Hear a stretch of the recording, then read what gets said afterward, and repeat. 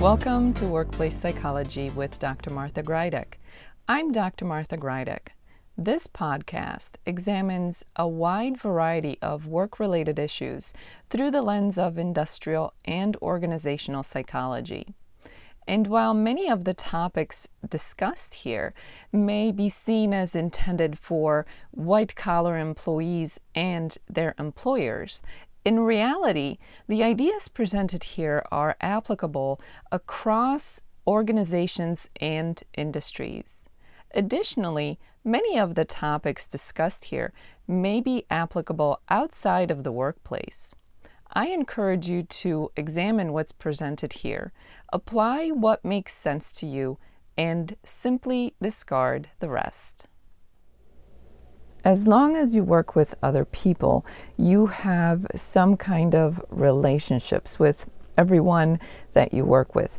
Some relationships are closer than others. There's a full range of how you relate to your coworkers, from nothing more than a colleague or coworker, maybe you say hello, maybe you know each other's name, to being quite close, maybe a mentor-mentee type of relationship, or maybe even a work friend. Sometimes you're lucky enough to work with a friend who's not just a work friend, but also a friend outside of the workplace. Whatever the case may be, as long as we work with other people, we have all kinds of relationships that are work-related in our lives. And having nice, cordial, friendly relationships certainly can make the workplace a better place to spend our time. And because of our relationships with other people, especially when it comes to the workplace, our workday is affected by other people's presence, but also by their absence. What that means is that when someone we work with, especially someone that we may have a close relationship, a friendly relationship, maybe a work friend, maybe a mentor, maybe a boss that you really get along with well, when they leave the organization, that can really affect you and your time at the workplace. And beyond that, the reason for their departure can also play a big role. There's a big difference, or there can be a big difference, when somebody leaves because maybe they're being promoted and maybe they're leaving the company, or maybe they're simply leaving that department or that location, but they're staying in the same organization, but they're leaving where you are, and they're leaving the closeness of that work relationship that you have. It could also be that somebody is leaving because there are times when a company downsizes and they are let go, or maybe somebody gets fired. So the reason why somebody leaves an organization can make a difference as well. So it's important to make a point of that and make a note of that as we consider our relationships with other people at work and the events in which people leave the organization, other people leave the organization, especially if we have a close or a closer relationship with that person. When you have to deal with somebody leaving the organization, you have to be able to consider both yourself and how this departure affects you, but also you have to consider the other party, the other person. However they're departing, however they're leaving the organization, or maybe the department or location where they are, it is going to have an effect on them. So in order to have a full understanding and full experience of what's happening in terms of that departure, it's important to consider both yourself in that equation and the other person as well. So what do you do when a work friend or someone you're close with, you have a good relationship with at work, is leaving? Well, if the departure is a positive one, so let's say they're leaving because they want to, or they're leaving because they are moving on and up in their career, or maybe they're changing careers and they're excited about it, if it's a positive change, it's important that you not only acknowledge it, but that you also share in their happiness and their positivity. So when it's appropriate, go ahead and congratulate the person before they leave the organization. Of course, you have to have good judgment. If it's not a positive departure, or if it's not appropriate for you to congratulate them, certainly you don't want to do that.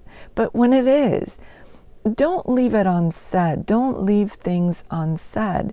Take the time to acknowledge a positive change that they're experiencing, despite of how it's affecting you. Be the type of person who is able to acknowledge somebody else's positive experience, somebody else's happiness, and actually genuinely congratulate them.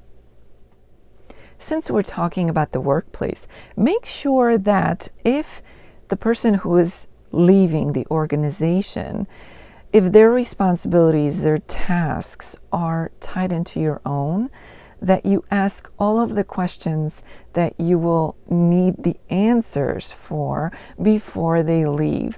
Once they're gone, it would be awkward or maybe difficult to call them at their new job or at their new location just to find out where things are or how to do things. So make sure to tie up all the loose ends before that person's last day at the job. It may be appropriate to have a formal goodbye, maybe a lunch, maybe a gathering of some sort, to allow that person to be recognized for their time there and their efforts, and for you and others to say their goodbyes and wish them well. And again, it's along the lines of, is it appropriate to congratulate them on their departure? It's the same thing here.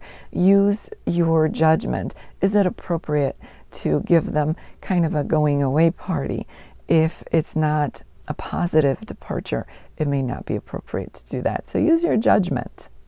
But having a formal gathering, a formal goodbye, as long as it's appropriate, can be very beneficial for both sides of that equation. It can help with the transition and serve as closure of sorts. When you face this kind of change at the workplace, it's a good time to consider your other relationships with your coworkers, with your colleagues.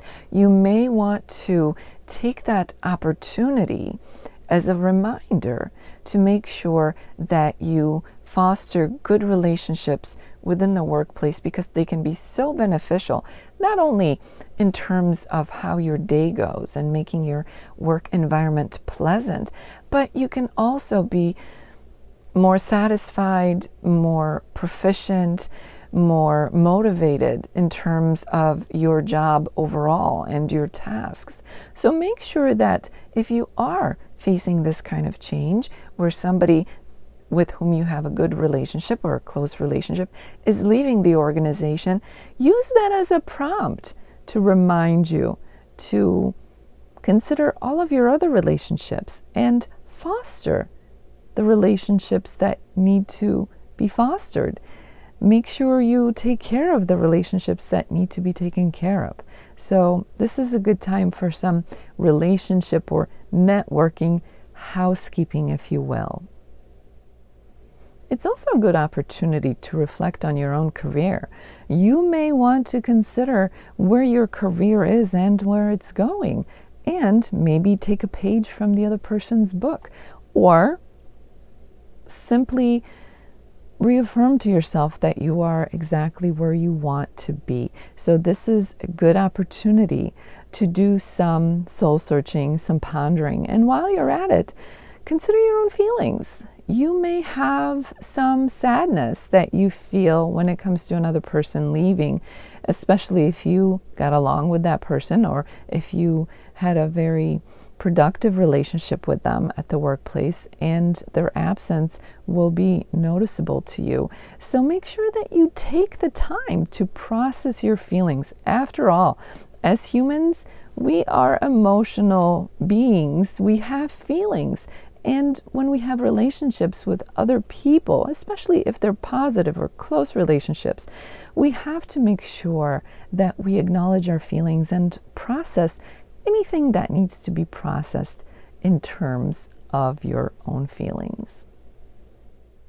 You may want to think about the future. Things such as, do you consider keeping in touch with the other person? Is that something where you will keep in touch with them on a professional level?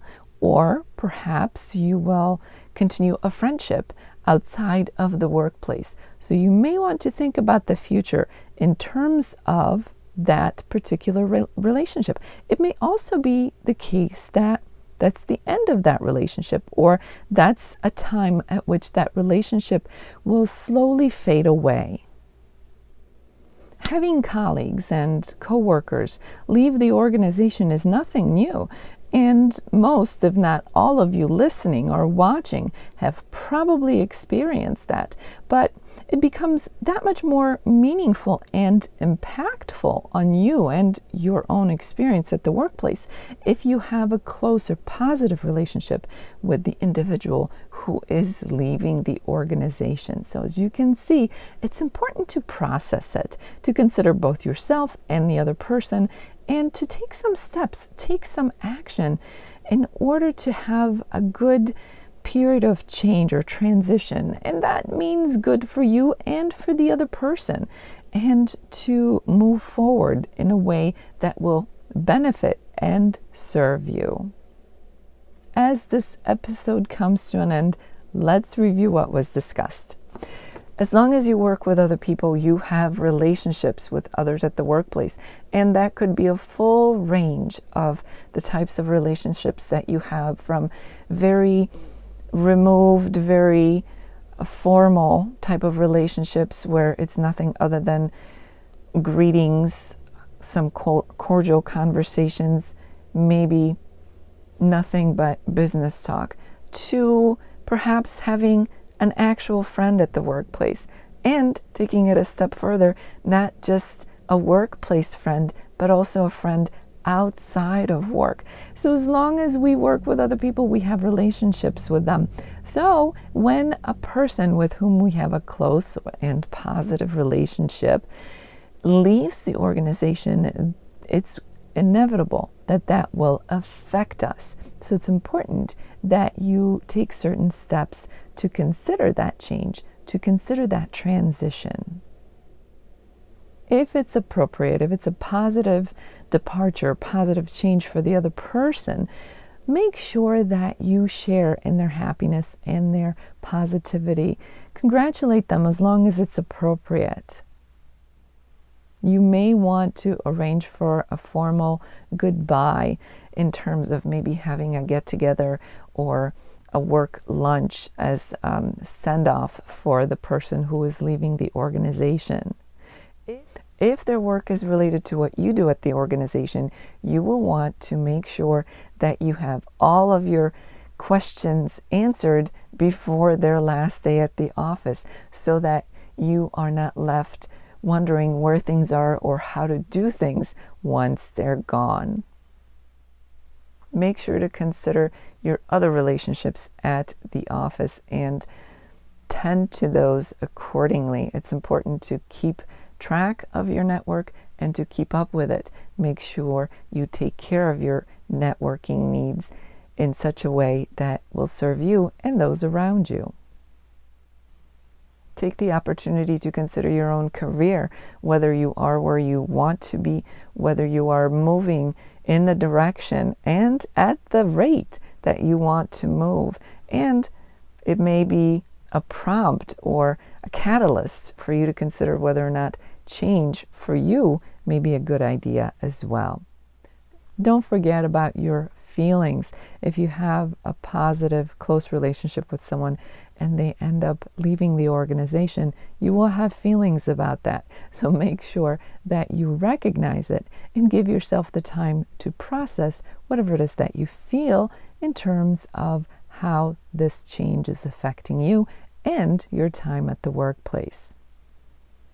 don't forget to think about the future, whether that means you will keep in touch with the person who is leaving the organization or you will simply allow that relationship to fade away over time.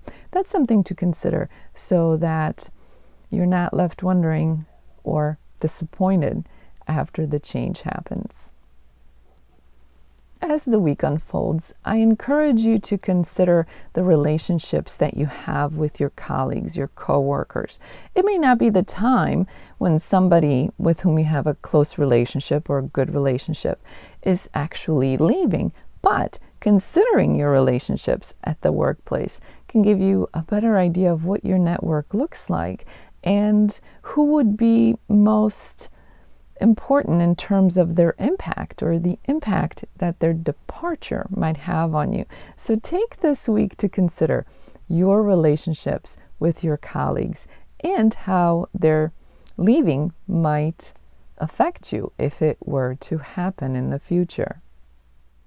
For those of you who experience this podcast in an audio-only version, I invite you to check out my YouTube channel, Stress Free with Dr. G. You can find the video version of this podcast on my YouTube channel. The link for that is in the description below. In addition to the video version of the podcast, my YouTube channel also contains videos that focus on stress management, so I encourage you to check that out. Thank you for joining me today. Please subscribe to this podcast. I look forward to seeing you here again next time. Until then, I wish you joy and well-being.